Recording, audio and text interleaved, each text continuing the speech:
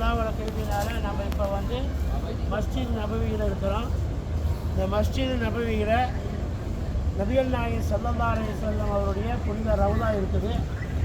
நாயகம் ஸல்லல்லாஹு அலைஹி வஸல்லம் உறங்கி கொண்டு இருக்கிறாங்க. நாம் என்ன சலாம் சொன்னாலும் செலவாத்து சொன்னாலும் அவங்களுக்கு அது அல்லாஹ் அவங்களுடைய காதில் விட செய்யலாம். அவங்க பதில் சொல்கிறாங்க, நமக்காக வேண்டி துவா செய்கிறாங்க. அதனால் அவங்களுக்கு ரசூலுல்லாஹ்வுக்கு இப்போ நம்ம சலாம் சொல்ல போகிறோம்.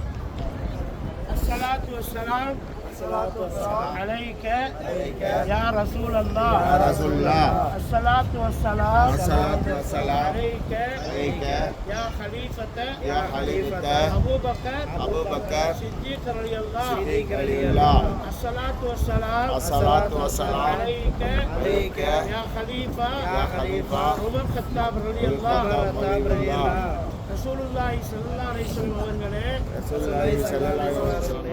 எங்களுடைய சலாம் உங்களுக்கு உண்டாகட்டுமாக. அஸ்ஸலாமு அலைக்கும். அபூபக்கர் ரலியல்லாஹு அவர்களே,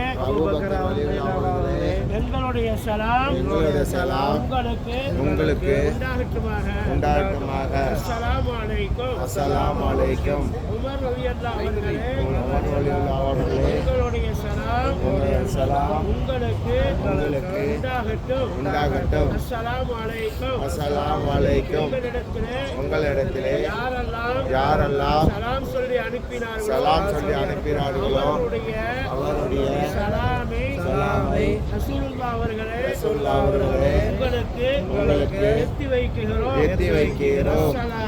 அஸ்ஸலாத்து வஸ்ஸலாமு அலைக்க யா ரசூலல்லாஹ்.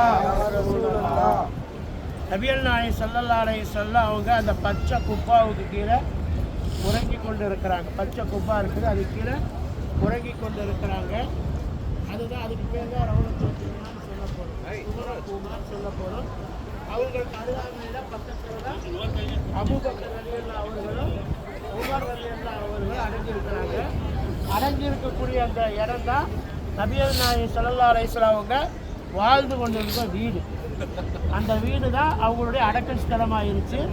ரசூலுல்லாஹ்வுடைய மனைவியார் மட்டும் எதிர்ப்புறமாக இருக்கக்கூடிய ஜன்னத்துல் பக்கீல அடக்கமாக இருக்கிறாங்க. புரியுதுங்களா? அவங்களுக்கு ஒரு சலாம் சொல்லிக்கலாம் திரும்ப.